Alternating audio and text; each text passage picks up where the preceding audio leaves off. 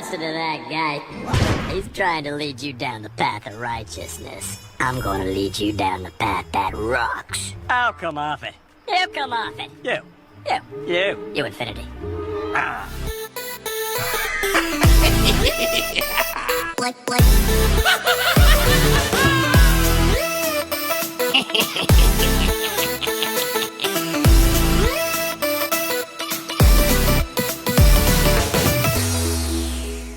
What's up guys? Welcome back to Toon, Duelists. In this video I'm going to show you our Darklord deck profile.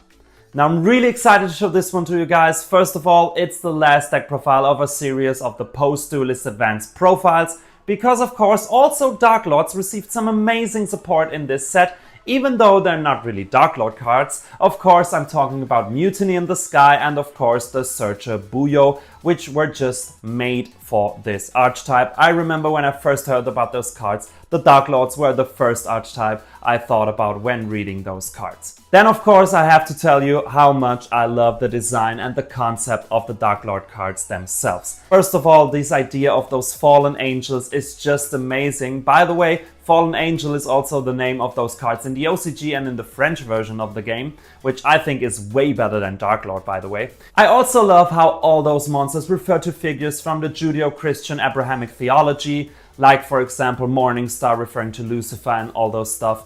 Just amazing archetype in concept. I also have to say it's been quite a journey building and rebuilding this deck, because of course I run a Darklord deck for a long time now, but of course for those deck profiles I look into them and try to optimize them so you can have the best profile possible, of course. I don't remember any other deck profile where I tried so many different things on the journey of optimizing this deck. Of course, you all probably know, if you're interested in Darklords, that they're most often combined with Despia. Also, I tried that with a bigger Despia package, but my personal problem with this one was that Despia just swallowed the whole deck. In the end, you were playing more Despia and branded deck than you were playing Darklords. That's what I just disliked about playing this. Also, by the way, I also have a Despia deck already. If you haven't checked that out, definitely do it with the link in the description, by the way. And so I figured out a way how you can really play a Darklord deck, but with just a small Despia branded engine, really as small as it can be. But you get the most benefit out of it. And as Hannah Montana would say,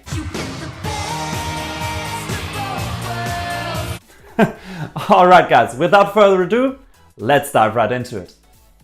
Alright guys, as always, we start things off with the monsters, and the first one we're talking about is Darklord Ukobek. Cute little guy, and with a pretty amazing effect, because if this card is normal or special summoned, you can send a Darklord card from your deck to the graveyard, and you can only use this once per turn. Now basically a foolish burial for your Darklord monsters, or cards even, which can come in handy. So really amazing card, and one of the few normal summons we have in this deck. So in my opinion, a definite 3 of right here, as well as the next one, which is Indulged Darklord. Also amazing artwork right here. And this one has the effect that if it is normal or special summoned, you can take 2 Darklord monsters from your hand or deck with different levels except itself, and special summon one of them to your opponent's field in defense position and add the other one to your hand. Also, you can't activate monster effects for the rest of this turn except for fairy monsters. Now, this one is pretty amazing because it is a searcher and really useful at that. You can just give your opponent an Ukobek, he won't be able to do anything with it. So it's not really a downside right here, so definite 3 off as a searcher. And the next Darklord staple is for sure 3 copies of Darklord Ixchel. Amazing card right here, key card for Darklords, because this one has the effect that you can discard this card and another Darklord card to draw 2 cards. Also, quick effect, you can pay 1000 life points to target a Darklord spell or trap in your graveyard, apply that target's effect, then shuffle that target into the deck. Now you can only use each effect of this card once per turn, and you can only special summon it once per turn, but nonetheless, amazing card right here. Just fill up your grave, which is so important for this deck, to draw 2, and then of course the typical, or at least for the higher Darklords, typical effect, paying 1000 and use another spell or trap. Once again, amazing one right here. And the best thing to discard with your Ixchel is for sure the next thing, which is Darklord Superbia. Also a definite 3-off in my opinion, because this card has the simple effect that when it is special summoned from the graveyard, you can target a fairy type monster in your graveyard, accept itself, and special summon it. Now, we have so many ways of special summoning from the grave, and if you bring this one out, you can just extend for another fairy monster, or of course, obviously a Darklord most of the time, from your grave. So just amazing. Now for the Darklord one-offs, we run one copy of Darklord Undusk.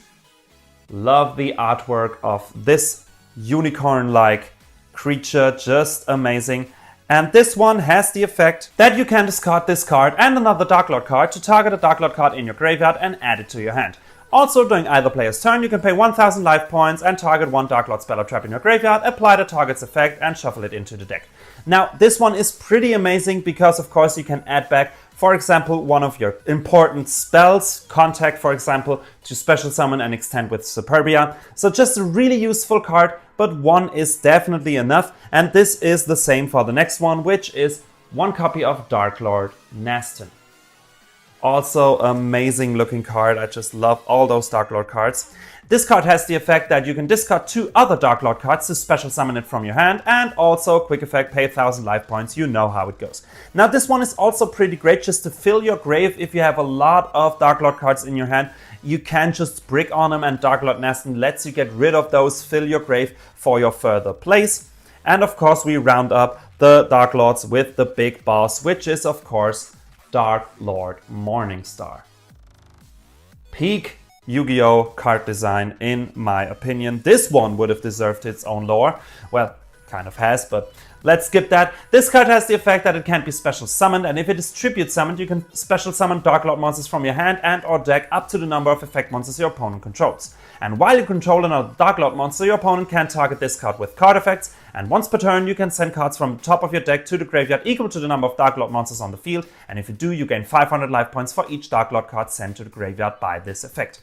Now, even though all of those effects are just amazing, this one is actually only here for our fusion summoning of the first Darklord. You always want to send it to your grave. That's the only reason it's here. It will basically never resolve its on-field effects. Then for the non-Darklord cards, we also run one copy of Archlord Christia. Amazing card, I guess you know. If you don't, I'll explain it to you. If you have exactly 4 fairy monsters in your graveyard, you can special summon it from your hand. And if it's summoned this way, you can target a fairy monster in your graveyard, add it to your hand, and also neither player can special summon monsters. And if this face-up card would be sent from the field to the graveyard, place it on top of the deck instead. Now this card is just crazy good, because obviously you can bring it out with its own effect, but you won't do that too often. Once it hits the grave, you have various options to bring it back, for example with the first Darklord. And how does it hit the grave? That's where the branded engine comes in, but more on that when we come to the extra deck. And we also run one copy of Buyo the Dawn's Light, our amazing new searcher from Duelists Advance, with the effect that monsters in your leftmost and rightmost main monster zone can't be destroyed by card effects, and you can only use each of the following effects once per turn. If this card is in your hand, you can target a fiend effect monster you control, negate its effects, and special summon this card. And if this card is sent to the graveyard, you can add a Mutiny in the Sky from your deck to your hand. Now the last effect is basically the only one we really care about. You don't want to run 3 because, as I said, you don't have too many normal summons, and if you do, you want to use them on your Ukobak or your Indulged Darklord, not on Buyo, because you have some problems of linking it away. Of course, we're prepared for that, but basically you want to send it straight from your deck, and that's also where the branded engine comes in. Let me explain more about that in the extra deck. So 1 is definitely enough right here. And for the Despia or branded side of this deck, we of course run one copy of Aluba, the Jester of Despia. This card is especially amazing because it is not only a dark fairy, but also has the effect that if it is normal or special summoned, you can add a branded spell or trap from your deck to your hand. Also, if you face a fusion monster you control is destroyed by battle or leaves the field because of an opponent's card effect while it is in your graveyard, you can target an effect monster your opponent controls, special summon this card, and if you do, negate the targeted monster's effects until the end of this turn. Now basically we just want to summon it, add one branded spell or trap, that's all it's here for. But it is a dark fairy, so it can help for all of our fusion summons actually, and it's a great thing we can recycle it. Now why do I only run 1? I wanted to keep the Despia and branded engine as small as possible, so you still have the feeling of really running a Darklord deck. It's a fun deck anyways, so I wanted to have the feeling of really playing Darklords and not just Despia or Albas. But of course, even in a small branded engine, you need one Fallen of Eldas. Of course you do. This card has the effect that if it is normal or special summoned, you can discard a card, fusion summon a fusion monster from your extra deck using monsters on either field as fusion material, including this card, but you can use other monsters you control as fusion material. Now, this doesn't really bother us. Most of the time we send it from our deck straight. So that's it for this one, and that's it for the monsters. Alright guys, for the spells we start things off with 3 copies of Darklord Contact. Amazing card and simple but powerful, because this one has the effect that you special summon a Darklord monster from your graveyard in defense position and you can only activate it once per turn. The archetype's very own Monster Reborn right here, and you definitely need it. And yeah, so 3 is the best ratio right here. You have to play 3, as well as the next one, which is called Banishment of the Darklords. Love the artwork where you can see Amdusk before it got corrupted. Just amazing. And this one has the effect that you can add a Darklord card from your deck to your hand, except itself, and you can only play 1 Banishment of the Darklords once per turn. A generic searcher for all Darklord cards. I don't have to explain why you have to play 3 of this. As well as the next one, which is the new card from Duelists Advance. Of course, I'm talking about Mutiny in the Sky. Amazing card right here, and really just like it's made for Darklords. This one has the effect that you fusion summon a Fiend or Fairy fusion monster from your extra deck by shuffling Fiend and or Fairy monsters from your graveyard into the deck as material. And if this card is in your graveyard, you can send a Fiend or Fairy monster from your hand or face-up field to the graveyard and add it back to your hand. Now this is just amazing. You set up your grave so quickly that you will basically instantly have all the materials for your first Darklord, or of course for mysterious other fusion monster in your graveyard. Then of course shuffling them back is also just peak, because you can just reuse them, and also you can add this one back by discarding, and grave setup is so important for Darklords. This card is just great in every way. Next up, we also run 3 copies of Allure of Darkness. Except for Christia, we only run dark monsters, so yeah, this is a no-brainer 3 of draw 2 cards and banish a dark monster from your hand, or if you do not have any in hand, you send your entire hand to the graveyard. As I already said, Darklord just eats resources really quickly, so you have to have some draw power, and Allure and Ixchel are your best ways to do so. Then for some generics, we of course run 1 Foolish Burial right here. Setting up your grave is super important, so you definitely have to run Foolish. And we also run 1 Monster Reborn right here. You can't special summon from the grave enough, so Monster Reborn is also just amazing in this deck. And of course, for the branded engine, we run 3 copies of Branded Opening. It's also the reason we only need 1 Aluba. We just want to special summon it with this card, which has the effect that you can discard a card and take 1 Despia monster from your deck and either add it to your hand or special summon it in defense position. Also for the rest of this turn, after this card resolves, you can special summon monsters from the extra deck except fusion monsters. Keep this in mind, this can be a bit of a downside if you want to go into your link plays. But also if a fusion monster you control would be destroyed by card effect, you can banish this card from a graveyard instead. So of course this gives us Aluba. Aluba gives us the next card, which is of course 1 copy of Branded Fusion. I never thought I'd play that card, but yeah, kind of cool that I can now. This one has the effect that you fusion summon a fusion monster that mentions Fallen of Elbas as material from your extra deck by using 2 monsters from your hand, deck, or field as material. It also locks you into fusion summoning, and this card has so many benefits for us in this deck. It lets you dump your Buyo straight from the deck to then add you Mutiny in the Sky, of course, which is peak. Then of course you can also send your Archlord Christia, which gives you the chance to special summon it and lock your opponent this way. So just an amazing card right here, but of course it's also limited. You can't run more than 1, and 1 is all you need, and that's already it for the smallest branded engine I can think of. And we round things up with 3 copies of Super Polymerization. I guess I don't have to explain this one. Amazing card and basically your best interaction with your opponent. And another thing that's great about opening and super polymerization is that if you have Buyo in hand, if you happen to draw into it, you can just discard it and get your Mutiny in the Sky anyway. So yeah, just amazing, and that's it for the spells. For the extra deck, we start things off with the boss monster of the Darklord archetype, which is of course the first Darklord.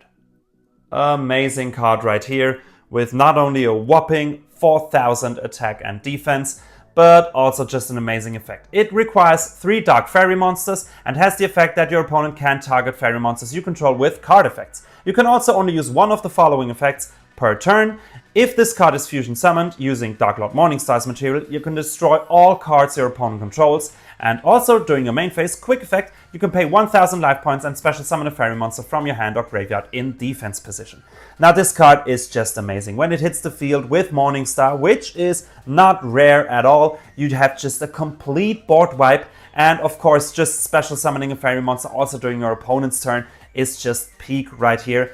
With all the possibilities you have. Bring out another Darklord, use the Darklord's effect, pay 1000 to use the effect of one of your other Darklord spells. Just peak card right here. You definitely need to, because you have a grind game in this deck and you will need the second one. So 2 is the best ratio right here, as well as for the next one, which is the brand new Lose the Dusk's Dawn.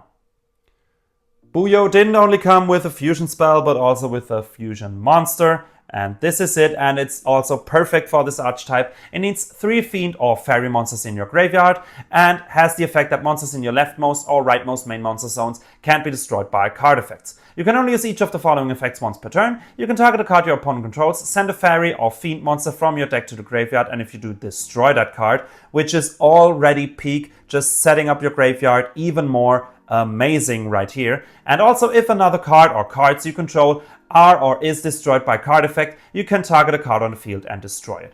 Just an amazing card. Also, 3500 attack is just amazing. So yeah, definitely also a 2-off right here for the same reasons. You can recycle Mutiny that often, and you set up your grave so quickly that you will be easily able to summon each of those twice in a longer duel for sure. Then for the branded core, we of course run 1 copy of Lubellion the Searing Dragon. Our first branded fusion target that needs Albaz and a dark monster, aka our Buyo, and has the effect that if it is fusion summoned, you can discard a card to fusion summon a level 8 or lower fusion monster from your extra deck, except itself, by shuffling the fusion materials into the deck from your monsters on the field, graveyard, and from your banished cards. For the rest of this turn, this card can't attack, and you can special summon from the extra deck except fusion monsters. Obviously, just a step to get into your branded boss monster, but the other step we need is 1 copy of Albion the Branded Dragon.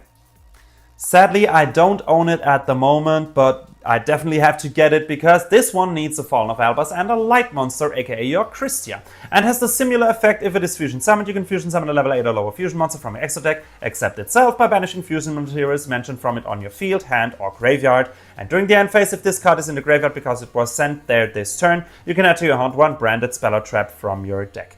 Now, also amazing card, of course. Both of those only have the goal to get us into our Mirror Jade, the Ice Blade Dragon.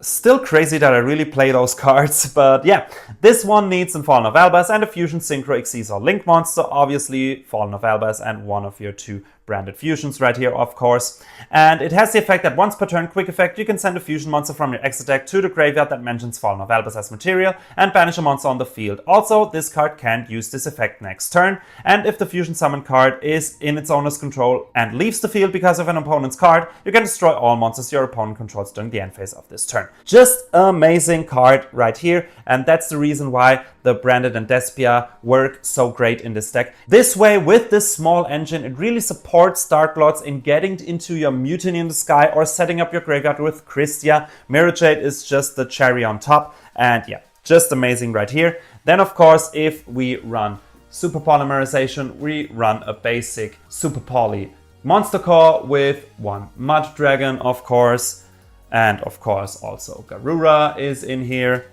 We also run a Predaplant Dracostapelia for just the basics right here. We also run a small Link core, and the most important card right here is definitely your Condemned Darklord. Also just an amazing card. Here you can see what became of the Condemned Maiden, after all those solemn and forbidden spells and traps and all of this stuff. And this Link 2 monster needs 2 fairy monsters to be Link summoned and has the effect that you can tribute summon fairy monsters that require 2 tributes by banishing 2 monsters from your graveyard instead of tributing it, and it is still treated as tribute summon. Also, you can discard a card to take a Darklord monster from your deck and either add it to your hand or send it to the graveyard. Also, once per turn during your end phase, you gain 500 life points for each fairy monster on the field. Now, the most important effect is the second one: set up your grave, or basically add X-Shield to then discard, draw 2 and set up your grave. It's just amazing for this setup. Also, the life points gain is neat, but not that important, of course. And then for the rest of the lineup, it's pretty basic. We run 1 IP Masquerena. This card is more important than you'd think, because if you have to normal summon your Buyo, you can't go into your Condemned Darklord because Buyo is a fiend, so that's your way out, and that's also why we run 1 SP Little Knight. Depends on the situation, this is a better out than IP, and since you can flood the field with your fairies pretty much, it also is not a bad idea to run 1 Avramax right here as your Link 4 option. Avramax is definitely better than Access Code. You don't have problems of running into your opponent with 4000 or your 3500 beat stick right here, but Avramax can be so good at stalling your opponent if it's summoned with IP Masquerena, of course, so you have time to really get into your Darklord plays. And guys, that's it for the extra deck. Alright guys, that's it for today's video. I really hope you enjoyed.